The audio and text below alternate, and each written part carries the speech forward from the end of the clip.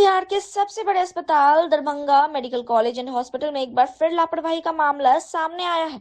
स्त्री रोग विभाग के चिकित्सक ने ऑपरेशन के दौरान मरीज के पेट में टेट्रा छोड़ दी, जिससे मरीज की तकलीफ घटने के बदले बढ़ती जा रही थी। इस बात का खुलासा कल देर रात हुई, जब मरीज तकलीफ से बेचैन थी और उसे ड्रेसिंग के लिए एक निजी अस्पताल में ले जाया गया। इस मामले को लेकर अस्पताल अधीक्षक ने कहा कि मरीज फिलहाल ठीक है और पूरे मामले की जांच होगी। घटना के संबंध में बताया जा रहा है कि जाले प्रखंड के ब्रह्मापुर पश्चिमी निवासी शिवम ठाकुर की 24 वर्षीय पत्नी अंजिला कुमारी का 8 अक्टूबर को डीएमसीएच में ऑपरेशन कर प्रसव हुआ है और 14 अक्टूबर को उसे अस्पताल से डिस्चार्ज कर दिया गया। घर आने के बाद से ही उसकी तकलीफ घटने के बदले बढ़ती जा रही थी। ऑपरेशन वाले भाग में धीरे धीरे घाव में बदल गया और पस हो गया। वहीं घाव के ड्रेसिंग के दौरान महिला के पेट से 1 महीने बाद टेट्रा निकला गया, जिसका लाइव वीडियो सामने आया है। वहीं परिजन अंजिला के पति शिवम ठाकुर ने डॉक्टर पर लापरवाही का आरोप लगाते हुए कहा कि 8 अक्टूबर को डीएमसीएच में ऑपरेशन होकर उनका बच्चा हुआ था। ऑपरेशन के दौरान डॉक्टर ने मरीज के पेट के अंदर टेट्रा छोड़ दिया, जिसके कारण लगातार मरीज को परेशानी हो रही थी और 40 दिन के बाद टेट्रा को बाहर निकाला है। वहीं उन्होंने कहा कि इस बात की जानकारी उन्हें बीती रात गांव में डॉक्टर द्वारा ड्रेसिंग के दौरान पता चली। घाव की सफाई के दौरान पेट के अंदर से उजले रंग का कुछ निकला हुआ दिखा। इसके बाद रुई से सफाई करने के बाद पेट के अंदर से टेट्रा बाहर निकला, जिसका हम लोगों ने वीडियो भी बनाकर रखा है। वही डीएमसीएच अधीक्षक अलका मिश्रा ने कहा कि ऑपरेशन के दौरान साफ सफाई के लिए छोटा सा टुकड़ा टेट्रा का होता है, जिसे सर्जरी के दौरान डॉक्टर ब्लीडिंग को साफ करने के लिए उपयोग में लाते हैं। उन्होंने कहा कि मानवीय भूल हो सकती है, उसे हम इनकार नहीं कर सकते, लेकिन क्या हुआ नहीं हुआ यह जांच का विषय है। जांच के उपरांत ही परिजनों के आरोप की सत्यता का पता चल पाएगा। वहीं उन्होंने कहा कि हम लोगों की प्राथमिकता है कि पहले मरीज का बेहतर इलाज हो। इस बात पर हम लोगों की नजर है। मरीज को भर्ती कर इलाज किया जा रहा है।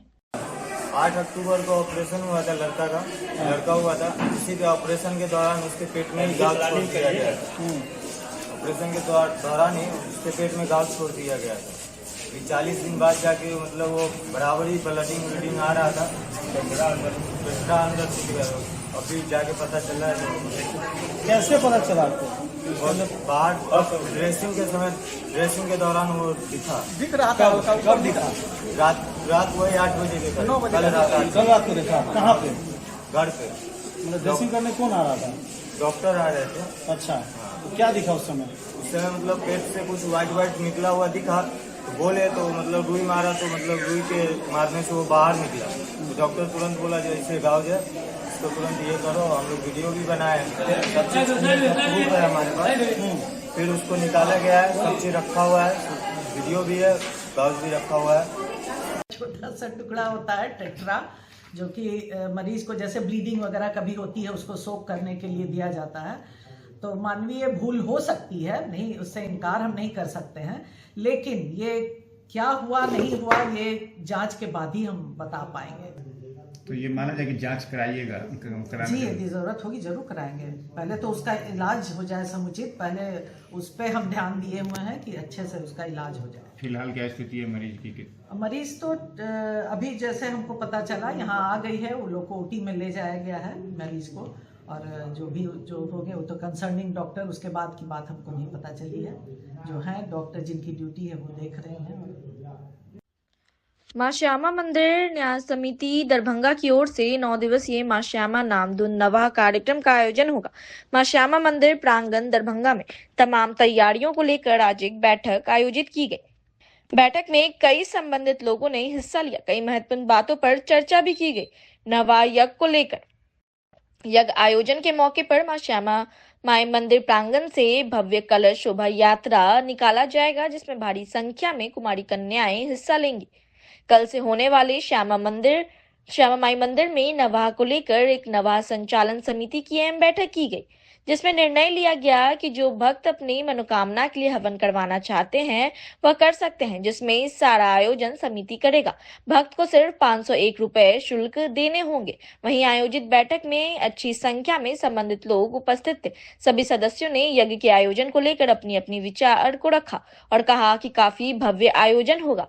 वहीं नवाह यज्ञ आयोजन को लेकर की गई बैठक में सुरेंद्र मोहन झा न्याय समिति के अध्यक्ष, इनके अलावा जयशंकर झा, मधुबाला सिन्हा मौजूद थे, जिन्होंने मीडिया से बात करते हुए नवा यज्ञ को लेकर कई जानकारी दी। यात्रा कल निकल रही है, कितने बजे निकल रही? कल 8 बजे सुबह यहाँ से कलश यात्रा निकलेगी, जो गणेश मंदिर होते हुए, टावर होते हुए, खनका चौक होते हुए, लक्ष्मणगढ़ी मंदिर होते हुए सीधे फिर यहाँ से हम मंदिर पहुँचेंगे। कितने कन्याओं की टारगेट है उसमें?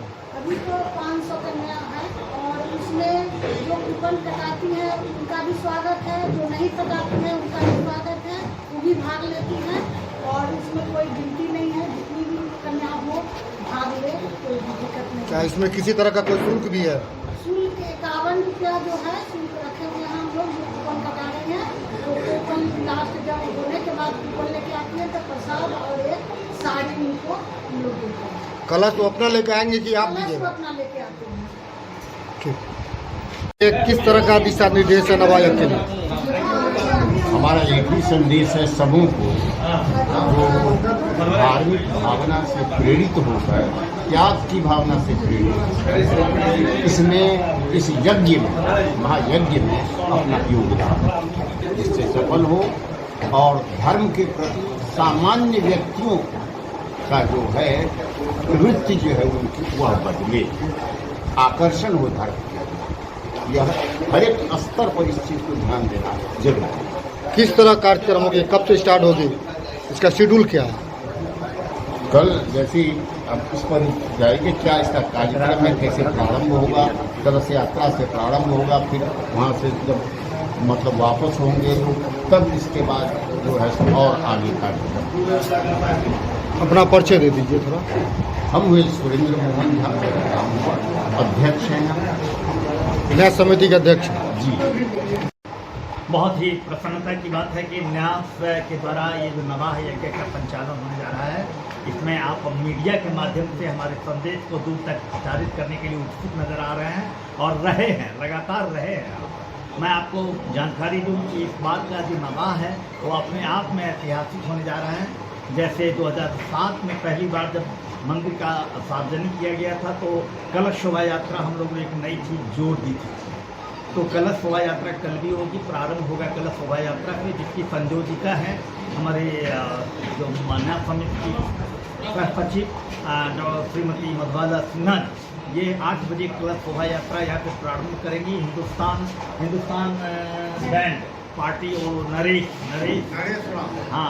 जी के सहयोग से, और हम लोग यहाँ पे गणेश मंदिर से श्री गणेश करेंगे उसको, और गणेश मंदिर से होते हुए फिर टावर होते हुए, मिर्जापुर चौक होते हुए, गौशाला मंदिर, मलेश मर्दनी मंदिर होते हुए हम लोग आएंगे यहाँ।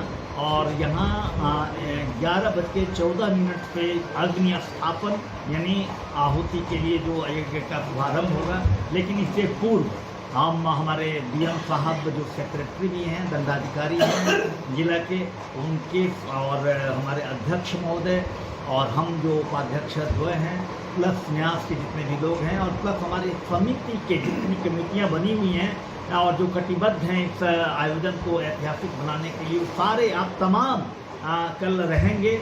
और इस विमोचन समारोह में श्यामा संदेश जिसका विमोचन कल किया जाएगा, हमारे अध्यक्ष महोदय और हमारे सचिव महोदय संयुक्त रूप से इसका विमोचन करेंगे। इस कार्यक्रम के उपरांत फिर यहाँ नाम धुन कीर्तन मंडलियाँ जो हैं उनके माध्यम से जो प्रारंभ होगा, जिसके संयोजक पारस पंकज जी रहते रहे हैं वो रहेंगे, और यहाँ श्यामा नाम धुन स्वर लहरियाँ गूंजने लगेंगी, और सारा जो परिवेश है वो एक आध्यात्मिक ऊर्जा से भरता रहेगा 9 दिनों तक। इस अनोखे कार्यक्रम में हम लोगों ने यह जोड़ा है कि सुबह से लेके देर रात तक, यहाँ देर संध्या तक सबों को मतलब निरंतर प्रसाद वितरण की व्यवस्था की जाएगी।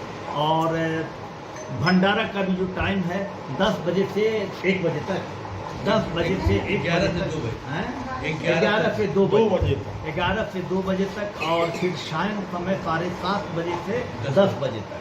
यह 2 टाइम जो भंडारा है। इस बीच में जो भी लोग आएंगे, ऐसा नहीं कि केवल वो पुजारी हों और पंडित हों और कार्यकर्ता हों या कमेटी के सदस्य हैं, इतना ही नहीं, आम भक्त भी यदि आएंगे तो वो भंडारा पा सकेंगे, लेकिन भोजन और भंडारे में केवल समय सीमा का ध्यान रखना होगा।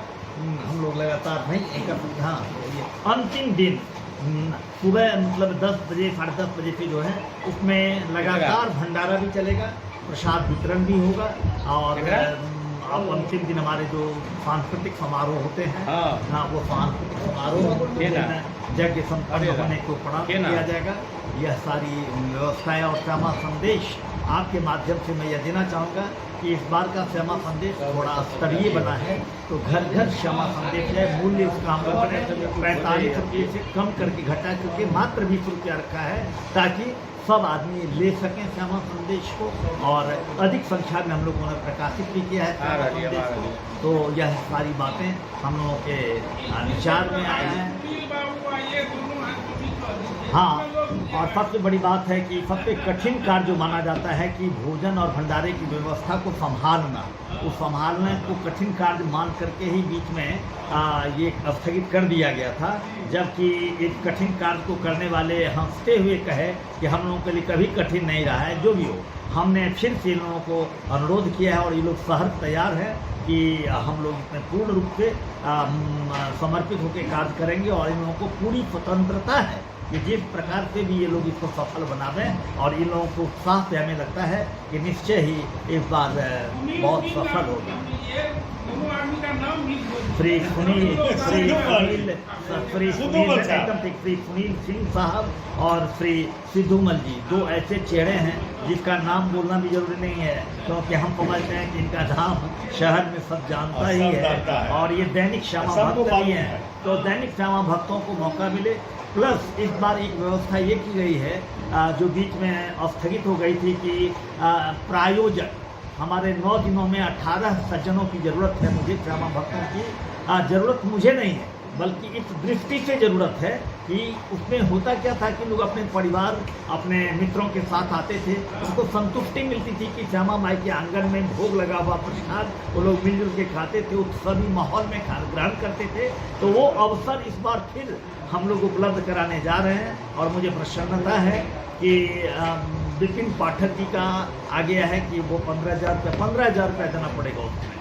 तो विपिन पाठक जी ने, डॉक्टर पुलिन का आया है, डॉक्टर मृदुल शुक्ला जी का, और भी सारे लोग। हमारे सुनील शर्मा जी, श्री सुनील शर्मा जी तो हमारे स्तंभ रहेंगे ही, लेकिन उनका व्यक्तिगत भी 2 टाइम का तो उनका स्वयं का रहता है व्यक्तिगत, और हमारे सुनील सिंह साहब का भी रहता ही है, तो शुक्ला जी भी रहेंगे।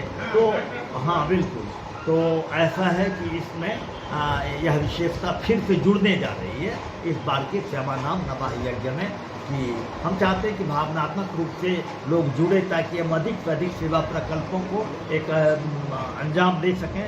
बहुत शीघ्र हम लोग श्यामा चिकित्सालय का भी शुभारम्भ करेंगे, और आपको जानकारी दे दूँ कि एम्स का जो ऐतिहासिक शिलान्यास हुआ उसके दूसरे ही दिन एम्स के डायरेक्टर ने हमें फ़ोन किया कि मैं श्यामा माई के पास जा रहा हूँ। एम्स के डॉक्टर माधवानंदकार साहब, तो वो श्यामा मंदिर आए थे और मैंने उनका यहाँ स्वागत भी करवा दिया था। तो उन्होंने हमसे कहा, मैंने कहा कि हम लोग, हमारे अध्यक्ष ने निर्णय लिया है कि यहाँ श्यामा चिकित्सालय होगा, तो आप उसमें क्या सहयोग करेंगे। तो एक बड़ी अच्छी जानकारी मैं दे रहा हूँ, आप लोग सुनिए। उन्होंने कहा, एम्स के डायरेक्टर ने कहा कि उनका एक अर्बन सेंटर खुलेगा। अर्बन सेंटर जो खुलेगा, जब तक एम्स चालू नहीं हो रहा है तब तक, यानी 4-5 साल के लिए वो अर्बन सेंटर, उन्होंने कहा कि यदि श्यामा मंदिर उपलब्ध करा दे स्थान, तो अर्बन सेंटर एम्स का श्यामा मंदिर प्रांगण में, और श्यामा मंदिर प्रांगण में एम्स का जो ही अर्बन सेंटर खुलेगा तो निश्चय ही बहुत बड़े स्तर पर सेवा का कार्य यहाँ 19 तारीख से शुरू हो रहा है नवाह, और 28 तारीख का समापन है।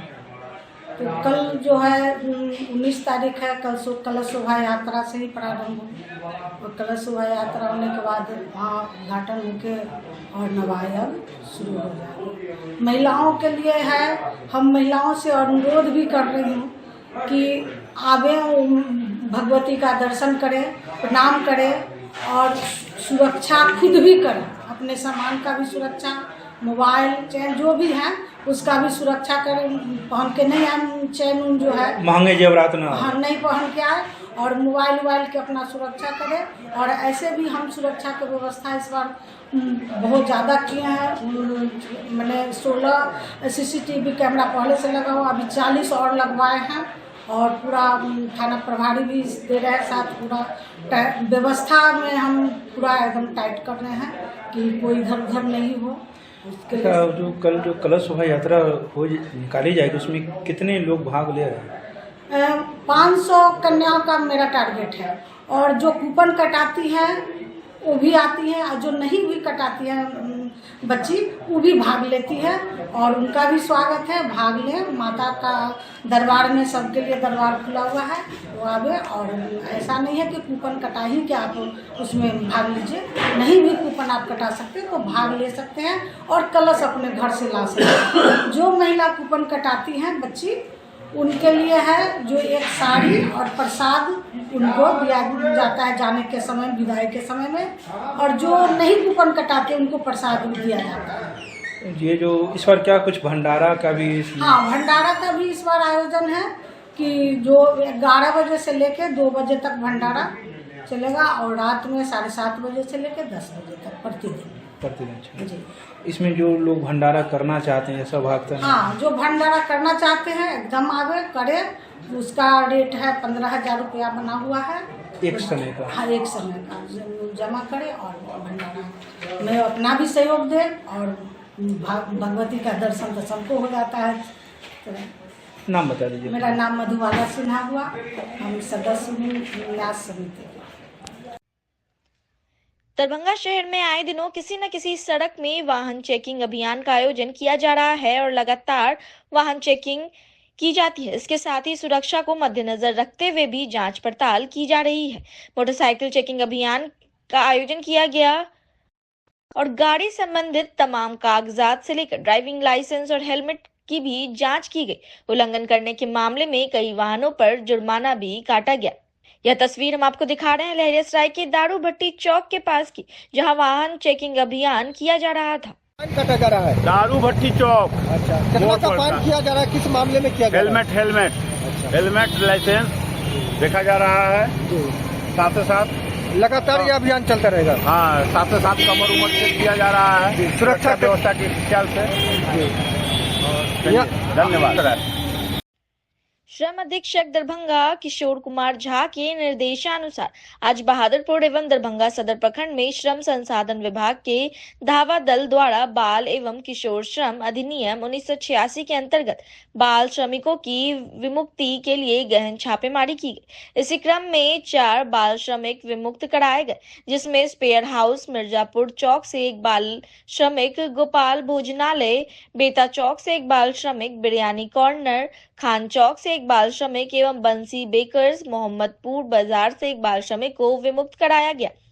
श्रम अधीक्षक ने बताया कि वित्तीय वर्ष 2024-25 में श्रम विभाग द्वारा जिले में विभिन्न योजनाओं में कार्यरत 24 बाल श्रमिकों को अब तक विमुक्त कराया जा चुका है। विमुक्त बाल श्रमिकों एवं उनके परिवार को विभिन्न विभागों के समन्वय से पुनर्वास कराया जा रहा है। श्रम अधीक्षक द्वारा वैसे नियोजकों को सख्त निर्देश दिया कि जो लगातार छापेमारी के बावजूद अवैध रूप से बाल श्रमिकों से कार्य ले रहे हैं।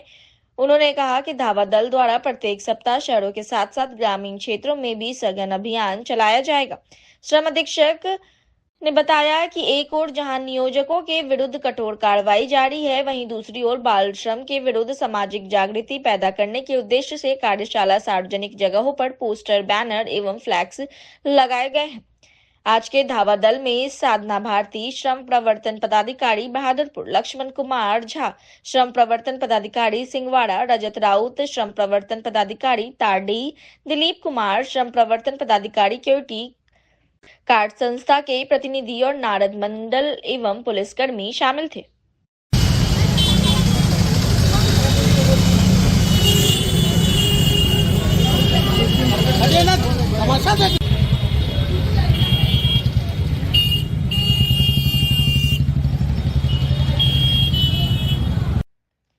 जिला खेल संघ दरभंगा द्वारा आयोजित 15 नवंबर से लेकर 18 नवंबर तक जिला खेल महोत्सव 4 दिवसीय खेल महोत्सव का पुरस्कार वितरण के साथ दरभंगा के लहरियासराय स्थित नेहरू स्टेडियम में सोमवार को समापन हो गया।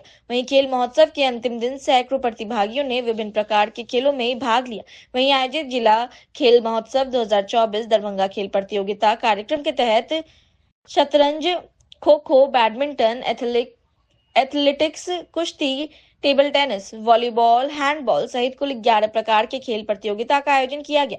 वहीं आयोजित खेल प्रतियोगिता में दरभंगा जिले के 85 विद्यालयों से आए हुए करीब 800 से अधिक खेल प्रतिभागियों ने इस खेल प्रतियोगिता में बालक बालिका वर्ग के प्रतिभागी ने हिस्सा लिया।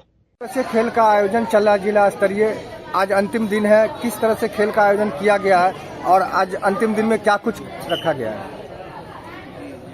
इस जिला खेल महोत्सव की शुरुआत 15 नवंबर से हुई और आज 18 नवंबर है।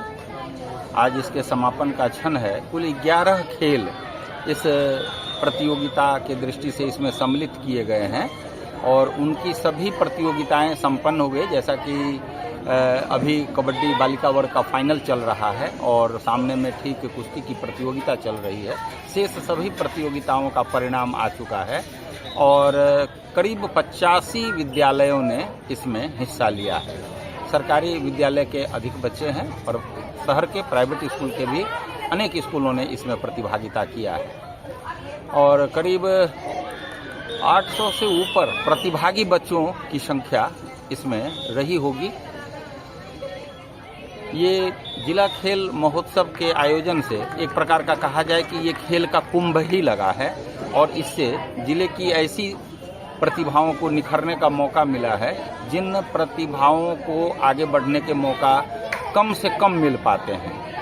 और इस कार्यक्रम की अध्यक्षता माननीय जिलाधिकारी दरभंगा राजीव रोशन सर कर रहे हैं और आज पुरस्कार वितरण समारोह में मुख्य अतिथि के रूप में विवेक सिंह रेरा के जो अध्यक्ष हैं बिहार के, उनका आगमन होने वाला है। साथ में जिलाधिकारी के साथ एसएसपी महोदय रहेंगे, डीएसपी साहब रहेंगे और सम्माननीय जिला शिक्षा पदाधिकारी दरभंगा समर बहादुर सर उपस्थित भी हो चुके हैं। तो इन सभी के देखरेख में और यहाँ जो जिला खेल संघ है दरभंगा, उसके तत्वावधान में जितने भी खेल संघ की संस्थाएं हैं, हर खेल विधा की उन्होंने इन 11 अपना समय दिया है और आज ये पुरस्कार वितरण का क्षण है। सभी विजयी प्रतिभागियों को पुरस्कार प्रदान किया जाएगा। लगभग कितने प्रतिभागी हैं जिन्हें पुरस्कृत किया जाएगा? इस प्रतियोगिता में करीब 250 प्रतिभागी होंगे जिनको कि पुरस्कृत किया जाना है। इसके बाद आगे का क्या कुछ खेल का जो होगा, जो अच्छा कर पाएंगे उनके लिए क्या कुछ आगे का ये है? इसी प्रतियोगिताओं के आधार पर जो राष्ट्रीय स्तर की प्रतिभा है उनका चयन किया गया है। राष्ट्रीय प्रतियोगिता में शिरकत करने की दृष्टि से दूसरी बार राष्ट्रीय स्तर की ऑल इंडिया की हैंडबॉल की प्रतियोगिता आयोजित की जा रही है हैदराबाद तेलंगाना में।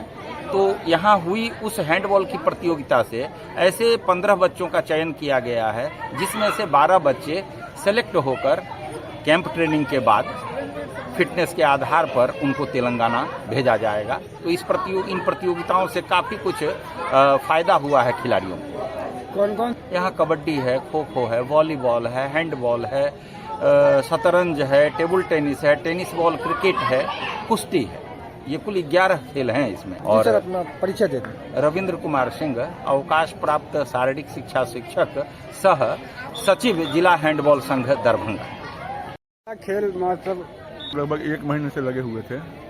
हमारे आयोजन समिति के अध्यक्ष हैं डीएम दरभंगा, उनसे बात की हम लोगों ने, संघ के लोगों ने, तो उन्होंने कहा बहुत अच्छी बात है, आप शुरू करें और हमारी जहाँ तक मदद होगी जो कहिएगा मैं तैयार हूँ। और फिर हम लोगों ने सब पूरी व्यवस्था की। उसमें फिर बैठक हुई एक दिन, जिलाधिकारी बुलाया, समीक्षात्मक बैठक। उसमें फाइनल निर्णय लग गया 15 से 18 तक। पहले था 12 से 15, प्रधानमंत्री के कार्यक्रम के कारण जो कैंसिल करना पड़ा, आप 15 से 18 हो गया। तो 15 से लगातार खेल चलते आ रहे थे आज समापन दिन है। इस समापन में पुरस्कार वितरण में हमारे मुख्य अतिथि हैं विवेक कुमार सिंह, भारतीय प्रशासनिक सेवा चेयरमैन रेगा बिहार। विशिष्ट अध्यक्ष डीएम साहब करेंगे, जो अध्यक्ष हैं। जिला शिक्षा पदाधिकारी हैं, एसएसपी हैं, अनुमंडल पदाधिकारी हैं, अनुमंडल पुलिस पदाधिकारी हैं। ये सब हमारे विशेष अतिथि। कितने प्रतिभागी इस खेल में हिस्सा ले रहे हैं? ये 85 स्कूल ने भाग लिया, लगभग 1100-1200 प्रतिभागी भाग लिया। कितने प्रकार का खेल हो रहा है? ये खो खो, कबड्डी, वॉलीबॉल, कुश्ती, tennis ball, cricket, chess, ball, handball, badminton, cycling हुआ। टोटल 10-11 तरह के खेल हैं। जिला का है, दरभंगा जिला खेल महोत्सव किया जा रहा है। इसमें जो पुरस्कृत किए जाएंगे प्रतिभागी, कितने लोगों को किस तरह से चुना जाएगा? जितने सेक्रेटरी हैं वो लिस्ट देंगे परफॉर्मेंस के अनुसार। जब भी स्टेट होगा उन्हें उनको भेजा जाएगा। अपना परिचय दे दीजिए। जितेंद्र कुमार सिंह, जितेंद्र कुमार सिंह, सचिव जिला खेल संघ। कैसा लगा खेल में? बहुत अच्छा लगा। अभी तक क्या आपका जो पोजीशन रहा है खेल में, कैसा रहा? Second position. कहाँ से, कौन सा स्कूल से? तो इस तरह का पहली बार खेल रहे हैं या आगे भी खेले हैं? क्या आशा रख? जैसे क्या नाम हुआ? आलू महमूद। कौन सा स्कूल से हैं आप? ठीक। अच्छा, तो अभी तक किस राउंड तक का खेल पहुंच चुका है? कबड्डी बालिका फाइनल मैच आपके लिए। अभी तक क्या कुछ हुआ? कहाँ तक पहुँचे आप? हमारे तो कबड्डी में पुलिस लगा है। और दोनों टीम के लिए आखिरी पुकार। पहली बार इस तरह का खेल में भाग लिए हैं क्या? हाँ। कैसा लग रहा है? अच्छा लग रहा है। क्या आशा करते हैं खेल से? हम आशा करते कि हम आगे तक जाए। अपना नाम परिचय? शिवम कुमार। कौन सा स्कूल से? MS तारालाल। उम्र? 13। प्रतियोगिता में भाग लिए हैं? कबड्डी। अच्छा, कैसा आप इसमें जो है खेल से उम्मीद कर रहे हैं क्या? हाँ। क्या अभी तक कहाँ तक पहुँच पाई हैं? अभी स्टेट तक। अच्छा, कैसा लग रहा है इस तरह का खेल में हिस्सा लेने के बाद? अच्छा। कहाँ से आए हैं? दरभंगा से। कौन सा स्कूल? सेंट्रेसा। फाइनल होगा। फाइनल हो गया। अभी तक के मैच में क्या हुआ? जीत गई। तब फाइनल में पहुंचे। अपना नाम? मेरा नाम पूर्णिमा कुमारी। कौन सा क्लास में पढ़ती हैं? हम 8 में। मेरा नाम शिवांगी कुमारी। खेल से जुड़ा रहना है, अच्छा लगता है। प्रतियोगिता में आकर कैसा लगा? यहाँ का जो व्यवस्था है कैसा लगा? अच्छा लगा। कई दिवसीय यह प्रतियोगिता है? 2 दिवसीय कबड्डी। खेल में आप भाग ले रहे हैं? कबड्डी में। अच्छा, क्या उम्मीद कर रहे हैं? कैसा आपका इसमें रहेगा? जीतने का उम्मीद कर रहे हैं। अच्छा, पहली बार इस तरह का खेल में भाग लिए या इससे पहले भी खेले हैं? इससे पहले भी खेले। इस खेल को लेकर कितनी उत्साह है? बहुत। आज अंतिम दिन है। हाँ, 15 तारीख से। क्या चीज का खेल में आप लिए हैं पार्टिसिपेट? कबड्डी। कितना स्कोर? हाँ, अभी तक कितना? कबड्डी में 42 टीम आई। आप लोग का टीम क्या फाइनल जीती हुई। क्या नाम हुआ टीम का आपका? सेंट्रेसा मेमोरियल कॉन्वेंट स्कूल। हाँ। आपका अपना नाम? अक्षत कश्यप। कबड्डी बालिका स्कूल सेंट्रेसा मेमोरियल कॉन्वेंट। आक्रोश यात्रा मंच दरभंगा बिहार के तत्वाधान में विश्व हिंदू परिषद के सह जिला मंत्री राजीव प्रकाश मधुकर की अध्यक्षता में सामूहिक बैठक रखी गई। इस बैठक में मुख्य अतिथि के रूप में फिल्मकार, समाजसेवी और इतिहासकार रवि के पटवा एवं पूर्व रिटायर्ड फौजी महेंद्र शाह मुख्य वक्ता के रूप में उपस्थित हुए। इस बैठक में मुख्य रूप से आक्रोश यात्रा मंच के तत्वाधान में दरभंगा जिला में सनातन बोर्ड स्थापित हो, इस मांग को लेकर विशाल धरना दिया जाएगा। इस विचार पर बिंदु पर सभी लोग विचार विमर्श किया। वहीं सह समिति से कार्यक्रम भाव और दिव्य रूप से सफल हो, इसके लिए अध्यक्षता के रूप में रिटायर्ड फौजी महेंद्र शाह और विश्व हिंदू परिषद के सह जिला मंत्री राजीव प्रकाश मधुकर की अध्यक्षता में हुई। वहीं सह समिति से निर्णय लिया गया कि 22 नवंबर को मनोकामना मंदिर के प्रांगण में दोपहर 12 बजे से धरना का कार्यक्रम किया जाएगा। आक्रोश यात्रा मंच दरभंगा के बैनर तले मुख्य रूप से इस कार्यक्रम में आक्रोश यात्रा मंच के तत्वाधान में विश्व हिंदू परिषद, बजरंग दल, मिथिला संकट मोचन कमेटी, भारतीय जनता पार्टी, युवा मोर्चा और महिला मोर्चा एवं सभी सनातनी संगठन इस धरना में उपस्थित होंगे। वहीं इस मौके पर मुख्य अतिथि के रूप में उपस्थित फिल्मकार, समाजसेवी और इतिहासकार रवि के पटवा ने बताया कि देश चला संतों के साथ, अब होगी ताकत की बात। देश अगर संविधान से चल रहा है तो वक्फ बोर्ड और अल्पसंख्यक कल्याण क्यों है? अगर ऐसा है तो हमें भी सनातन बोर्ड चाहिए। वहीं इस मौके पर महेंद्र शाह, जो रिटायर्ड फौजी, उन्होंने बताया कि भारत देश में एक संविधान, एक कानून लागू होना चाहिए, परंतु भारत देश में एक संविधान के अलावा धर्म विशेष के आधार पर इस्लाम में कानून और वक्फ बोर्ड क्यों है? इस पर अविलंब सरकार प्रतिबंध लगाए, अन्यथा सरकार प्रतिबंध नहीं लगा पाती तो हम सनातनियों का भी बोर्ड स्थापित करके दे। अगर सनातन बोर्ड स्थापित नहीं होता तो मिथिला की धरती से यह आगाज किया जाएगा। आक्रोश यात्रा मंच के तत्वाधान में आंदोलन सड़क से संसद तक पहुंचेगी। लेके जाओ, हम लोग को व्यवहार करते हैं भाईचारा। अरे भाई हम चारा, भाई का चारा समझ रहे हो का? जब चाहो तब खा जाओ। भाईचारा तो ठीक है, अभी चाहते हैं हिंदुस्तान में शांति रहे, सद्भाव रहे, लेकिन वंदे मातरम क्यों नहीं बोलोगे? भारत माता की जय क्यों नहीं बोलोगे? तुम रहोगे इस धरती पे, इस धरती पे रहते हैं, सब संसाधनों का प्रयोग करोगे, अपने से बचना होगा तो बोलोगे नहीं नहीं नहीं, ये तो भारत का संविधान है, हमें तो टक्कर मिलना चाहिए। क्या जरूरत है बोलता है कि जरिए वो के नाम पे, फतवा के नाम पे? अरे उसका गर्दन काट दो, सत्संग से जुदा। इतना हिंदुओं का सत्संग से जुदा कर दिया। उस काल में नेहरू जी ने एक बोर्ड बनवाया, उसका नाम हुआ वक्फ बोर्ड। वो मुस्लिमों के हित में बनाया गया और उन्हें अधिकार दिए गए कि ठीक है भाई, तुम्हारा जो है, मतलब जो इसमें सबसे बड़ा पॉइंट क्या आता है कि जो एनिमी प्रॉपर्टी थी, एनिमी प्रॉपर्टी, मैं लीगल टर्म बोल रहा हूँ, एनिमी प्रॉपर्टी डिक्लेयर की थी गवर्नमेंट ऑफ इंडिया ने।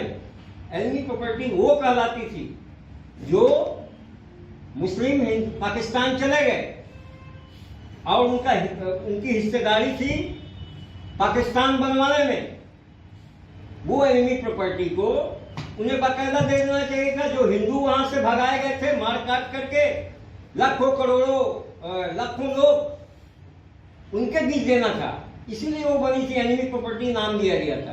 परंतु उन्हें नहीं देके वो सब प्रॉपर्टी वक्फ बोर्ड को दे दी गई गिफ्ट के रूप में। मधुकर जी बताइए, भारत देश में सनातन बोर्ड की मांग को लेकर आज बैठक की गई है, क्या कहेंगे इस पर? देखिए, ये आक्रोश यात्रा मंच के तत्वाधान में यहाँ पे सभी संगठन के लोग आज एकत्रित हुए और बैठक विचारणीय चिंतन मंथन और विचारणीय बैठक हुई है। देश में जिस प्रकार का माहौल है मुस्लिम वक्फ बोर्ड को लेकर, यह जो वक्फ बोर्ड हम सनातनियों के लिए खतरा साबित हो रहा है। आने वाला समय हम लोगों का बहुत ही पहाड़ जैसा होने वाला है। इसके लिए जब भारत में एक संविधान है तो उसके अलावा दूसरा संविधान क्यों, इसका मैं घोर निंदा करता हूँ। दूसरी बात कि अगर वक्फ बोर्ड भारत के अंदर चलता है तो सनातन बोर्ड क्यों नहीं? अगर सनातन बोर्ड होगा तो इतने लोग जो धर्म परिवर्तन करते हैं उस बोर्ड के माध्यम से हम लोग धर्म परिवर्तन नहीं होने देंगे। दूसरा कि जो बड़ा जो लैंड जिहाद हो रहा है, बड़ा जो जमीन है उसको जिहाद करने वाला वक्फ बोर्ड के माध्यम से जो कर रहा है, अगर हमारा सनातन बोर्ड होगा तो उसे हम लोग रोक सकते हैं। दूसरा लव जिहाद जो हो रहा है वक्फ बोर्ड के सोची समझी साजिश के तहत, उसे हम लोग, अगर हमारा सनातन बोर्ड होगा तो हम लोग उसे रोकने का प्रयास करेंगे। और यह भारत देश में केवल सनातनियों का भारत है, तो इस भारत देश में सनातन बोर्ड क्यों नहीं?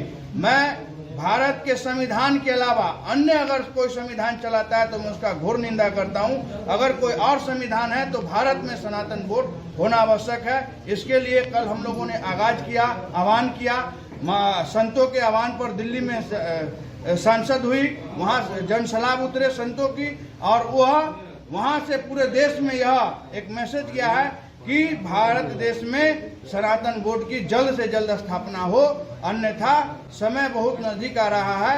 जब तक सनातन एक नहीं होंगे, भारत का विविधता में एकता, भारत की विशेषता, तो हम सनातनियों को लाख विविधता है परंतु एकता होना बहुत जरूरी है। अगर हम लोग अब नहीं जागेंगे तो कभी नहीं जागेंगे, अब नहीं तो कभी नहीं। इसलिए जागो हिंदू जागो और भारत में सनातन बोर्ड का आविष्कार गठन करने में अपना सहयोग प्रदान करो। शायद आपको जानकारी होगी। विषय है ये एक लड़का नहीं, कितने लोग, कितने हिंदू को गैर हिंदुओं के द्वारा काटा गया है। और ये सारा जो है ये इसकी ताकत वक्फ बोर्ड है। अगर हमारा सनातन बोर्ड होगा, मैं बताया ना कि लैंड जिहाद, लव जिहाद, धर्म जिहाद, जितना जिहाद होता है वो सब हम लोग इस सनातन बोर्ड के माध्यम से रोकने का प्रयास करेंगे, क्योंकि ताकत हमारे संतों में आएगा। घटना की जानकारी आपको है? हमें सारी घटनाओं की जानकारी है और हम लोग सभी सोशल मीडिया के माध्यम से जानकारी मिलती है, परंतु हम इस विषय पर ज्यादा कुछ नहीं कहेंगे, क्योंकि एक आपका ये पहला विषय नहीं है। ऐसे कितने घटनाएं हुई है जिसका हम लोगों ने विरोध किया है। अपना परिचय दीजिए। करते हैं। राजीव प्रकाश मधुकर, विश्व हिंदू परिषद सह जिला मंत्री दरभंगा। देश भर के नेतागण आते थे जेपी आंदोलन में, और यहीं पे वो स्त्रियां तो जो थी हमारी वर्धा आश्रम से, सर्वोदय आश्रम से भी आती थी, यही ठहरती भी थी। और कभी भी कोई हमारे पिताश्री, मेरी माताश्री, महिला चरखा जो है समिति पटना कदम कुआं में, वहाँ से आती थी बहनें सब। मन राधा जी करते हुए मेरी माँ का भी नाम मैं लूँगी, क्योंकि वो भी पूरी तरह सक्रिय थी मेरे पिता के साथ। तो ये भूमि एक ऐसी, यहाँ बस इतना ही बताऊंगी, ऐसी भूमि है, इस पावन भूमि से उनके महान पुत्र कहूँगी मैं रवि जी के लिए। वो इसलिए क्योंकि इनके अंदर बचपन से ही मैंने एक छत्र देखा।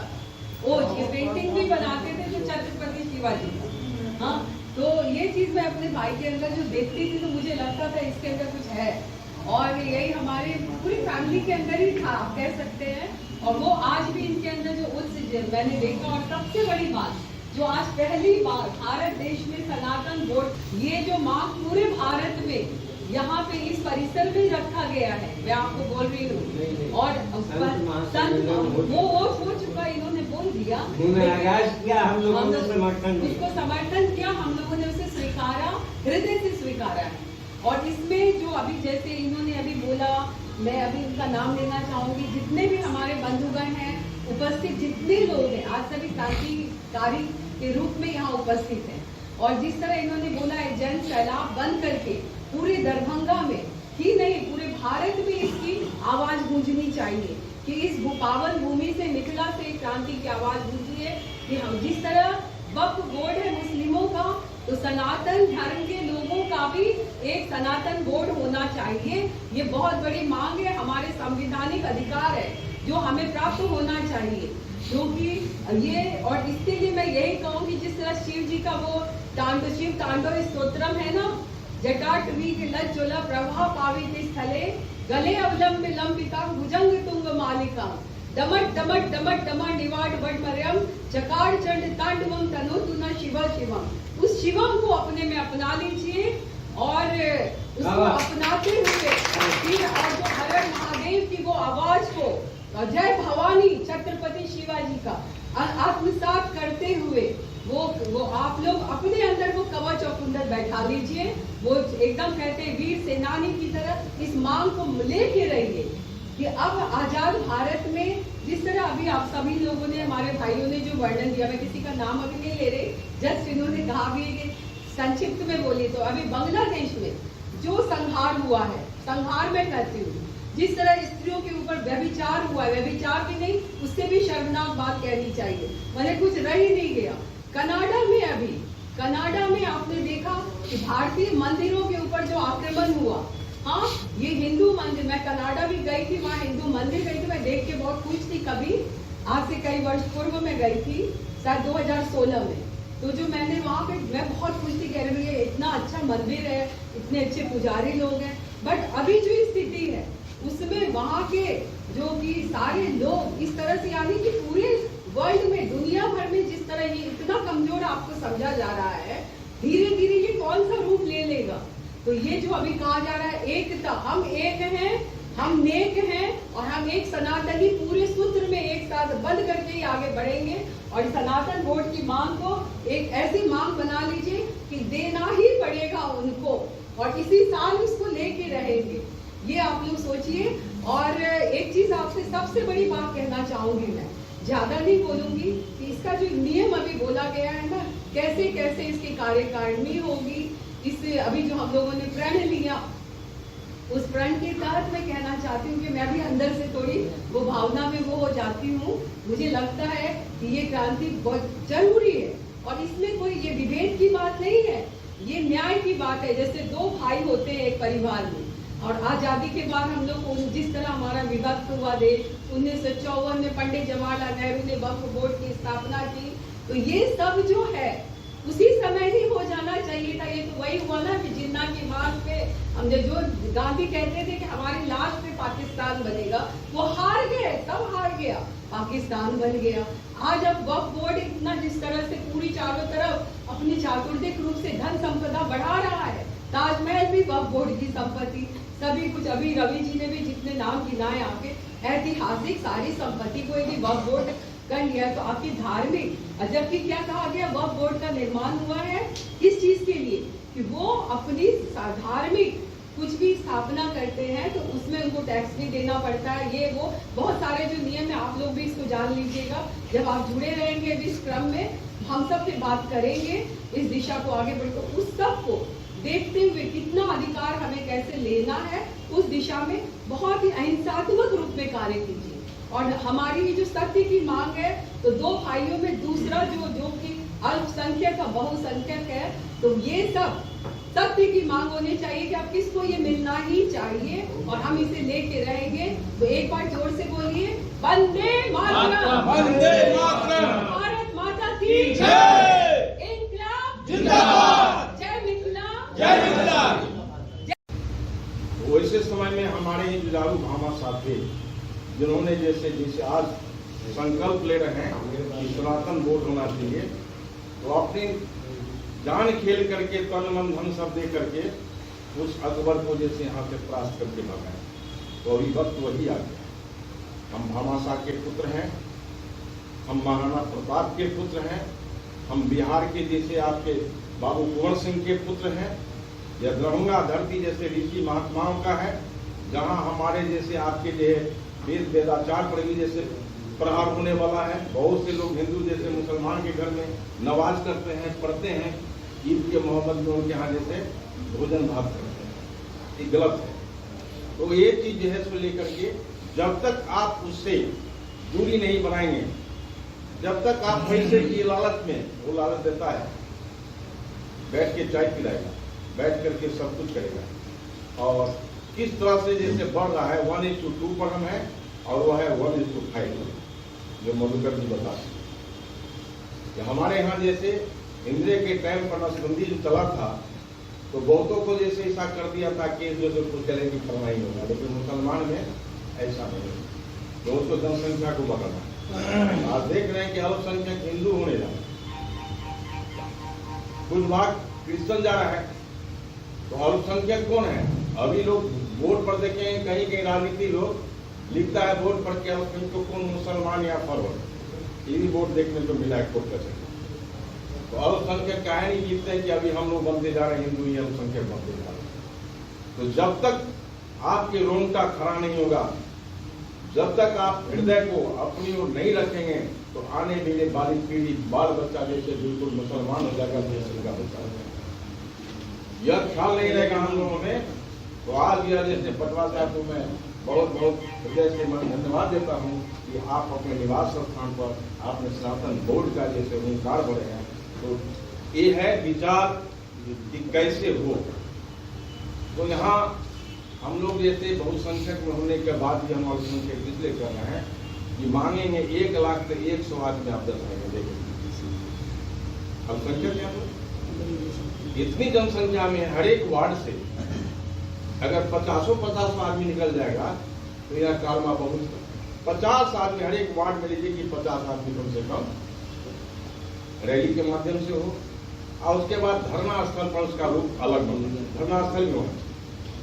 और यहाँ से जिस तरह से शोभा यात्रा निकालते हैं, उसी तरह से सनातन धर्म मेरा अपना धर्म, अपना पूर्वजों का धर्म।